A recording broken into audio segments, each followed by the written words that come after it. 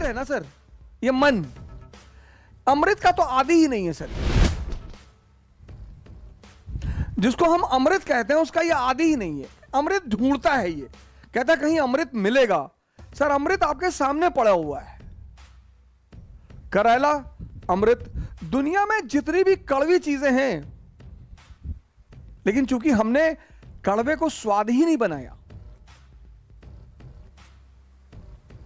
कल एक साहब कह रहे थे कि आजकल के बच्चे बड़ी महत्वाकांक्षा नहीं रखते। मैंने कहा उसका एक बड़ा सिंपल सा रीजन है,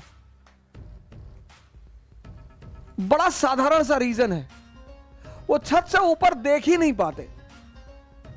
हम गांव में जाते थे नाना के यहां, आसमान के नीचे सोते थे, तो हमें ऊंचे तक देखने की आदत थी। हम नाना के यहां जाते थे, एक एक महीने गांव नाना के यहां रहते थे। गांव में खुले आसमान के नीचे चारपाइयां बिछती थी सर, और जमीन से आसमान तक नजर जाती थी। हम तारे गिनते थे, तारे गिनते थे। जब तक बच्चे आसमान के नीचे सोते रहे, उनकी महत्वाकांक्षाएं बढ़ी रहीं, और जब बच्चों ने आसमान देखना ही बंद कर दिया, महत्वाकांक्षा छोटी हो गई। कई बार मैं अपने मित्रों को देखता हूं, जब वो आईएएस क्वालिफाई कर लेते तो लिखते मेरे जीवन की इच्छा पूरी हो गई। बस, बड़ी उपलब्धि है हिंदुस्तान में आईएएस बनना, बड़ी उपलब्धि है सर, बहुत बड़ी उपलब्धि है। उसको इतना कम नहीं आंका जा सकता, बहुत बड़ी उपलब्धि है। हिंदुस्तान में कुछ परीक्षाएं निकालना बहुत बड़ी उपलब्धि है। एएफएमसी निकालना उपलब्धि है सर, आईआईटी में पढ़ना उपलब्धि है सर, आईआईएम में पढ़ना उपलब्धि है सर, कंपनी सेक्रेटरी निकालना उपलब्धि है सर, उपलब्धि है सर, आईएएस निकालना उपलब्धि है सर, सुप्रीम कोर्ट में बार एट लॉ का मेंबर होना उपलब्धि है सर। बाकी इस देश में कुछ भी उपलब्धि नहीं है। ये उपलब्धियां हैं, बहुत बड़ी चीज, लेकिन उपलब्धि है सर। मैं इनको उपलब्धियां मानता हूं सर, ये उपलब्धियां हैं सर, सबके बस की बात नहीं है। जब बच्चे खुले छतों पर और खुले आसमान में लेटते थे और आसमान की ऊंचाई तक देखते थे, तो उनकी सोच भी बड़ी होती थी सर। अब तो बच्चे गर्मी की छुट्टियों में गोवा चले जाते हैं, यूरोप चले जाते हैं। मां बाप उन्हें शायद आसमान दिखाना पसंद नहीं करते। एक बार फिर से अगर यह ट्रेंड शुरू हो तो शायद सोच की ऊंचाई भी बढ़े। लेकिन मैंने कहा जिंदगी है सर खेल, यहां कुछ भी दुख मनाने जैसा नहीं है।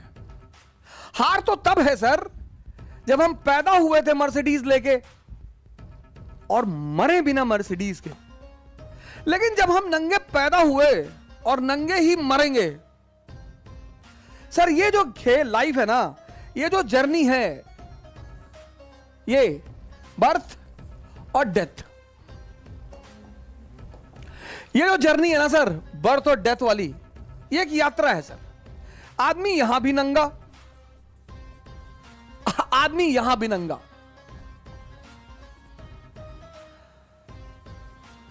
जब दोनों जगह नंगा है तो अब इसको जीने के दो तरीके हैं। एक, रो रो के जियो, रोज रो रोज। ये जो 95% आम आदमी है सर, ये वही है सर, रो रहे हैं सर। जिनके पास मारुति स्विफ्ट है ना, वो फॉर्च्यूनर के लिए रो रहे हैं। जिनके पास 3 बीएचके का मकान है, वो विला के लिए रो रहे हैं। पागल। हमारे एक मित्र हैं, अब तो रहे नहीं, श्री एस के ओझा जी, हमारे संघर्ष के बहुत बड़े साथी थे वो। उनका एक कमरा था सर 6x6 का, 6x6 का सर। हम उस 6x6 के कमरे में 3 लोग सोते थे सर। हमारे पास इतना पैसा नहीं था कि हम रूम रेंट पे ले लें मुखर्जी नगर में सर। सर मेरी 8 बजे सुबह क्लास होती थी, और अब शुरुआत में तो आपके पास इतना पैसा होगा नहीं, घर से कोई बैकिंग थी नहीं, माता जी ने घर से भगा दिया था। सिर्फ मेरे एक बचपन के मित्र हैं जिनका नाम मैं किसी दिन बहुत फुर्सत से लूंगा, पंकज पांडे जी। उन्होंने बीच बीच में बहुत आर्थिक सहायता की सर, लेकिन आप हर महीने खाने का पैसा, कपड़े का पैसा थोड़ी मांगेंगे सर। आप 8 बजे से लेकर 2 बजे तक होटल में, 4 बजे ऑटो से कमरे पहुंचते थे, सुबह 8 बजे क्लास होती थी सर।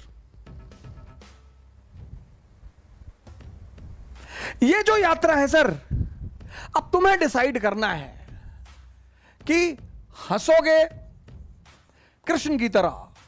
इस आदमी का जीवन देखो सर, जन्म से मृत्यु तक चुनौतियां,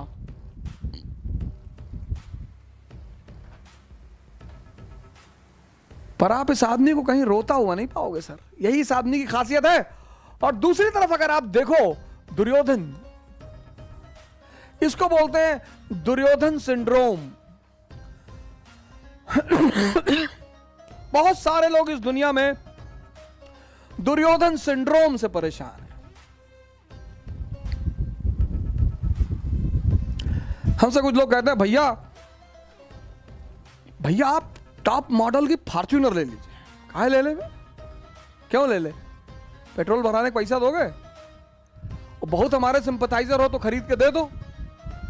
नहीं, आपके ऊपर अच्छा नहीं लगता। अबे हम 20 इंच की साइकिल पे चलने वाले आदमी, हम फातिमा स्कूल साइकिल से जाते थे सर। हमारे फादर तो पोस्ट ऑफ मास्टर थे सर, 9,000 सैलरी थी उनकी। तो अब उसके बाद हम जो भी कमा रहे हैं वो तो हम तो बेनिफिट में है सर। अच्छा क्या नहीं लगता? गांधी जी पैदल चलते थे। मैं आप सभी मित्रों से निवेदन करूंगा कि अपनी जीवन में साइकिल को जगह दें सर। अगर आपने साइकिल को अपना लिया सर, 10 किलोमीटर की रेंज में जहां भी चल रहे हैं साइकिल चलाइए सर। मस्त रहेंगे सर। और कभी आपको लगे कि मैं आपको प्रवचन दे रहा हूं, आप आइए दिल्ली और हमारे साथ साइकिलिंग करिए 60 किलोमीटर की 1 गो में। और हार नहीं कर पाए सर, छोड़ देंगे पढ़ाना, कभी कैमरे पर नहीं आएंगे सर। जिसको भी लगे। और मेरे बड़े सारे मित्र कहते थे बोलने के लिए तो कोई भी बोल दे, बोलने के लिए तो हम भी बहुत बोल दे। नहीं सर, मैं डरता भी हूं सर, पर मैं जितनी बातें आपसे कहता हूं उनको मैं भी करता हूं सर। मेरे पास साइकिल है सर। उसी साइकिल ने, फॉर्च्यूनर ने किसी को इज्जत दी सर। बड़े लोग फॉर्च्यूनर पे चलते हैं, उस साइकिल ने मुझे इज्जत दी। उस साइकिल ने मुझे नाम दिया। उस साइकिल ने मुझे सेहत दी। सर मैं 2 किलो आम खा लेता हूं। आम मैं छोड़ नहीं सकता था, शुगर बढ़ रही थी स्टेरॉइड खाने से, सर्कोडेसिस की वजह से आम छोड़ नहीं सकता था। तो हमारे स्वामी जी हैं, उन्होंने कहा भाई आम छोड़ने के लिए कौन कह रहा है? हमने कहा फिर? बोले चला दे 50 किलोमीटर साइकिल। जब मजा ले रहे हो ना सर, तब मेहनत भी करो। और आनंद पता है क्या सर? स्वस्थ शरीर। ये जबान इतनी बड़ी,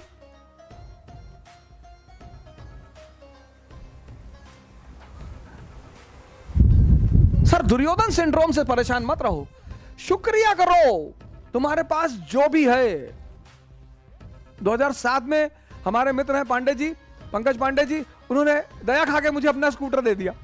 उनके पास एक ब्रेवो स्कूटर था, तो हमसे कहे यार तुम जो है कोचिंग तक जाते हो ऑटो पकड़ के, हमको अच्छा नहीं लगता, तो ब्रेवो स्कूटर दे दिया उन्होंने।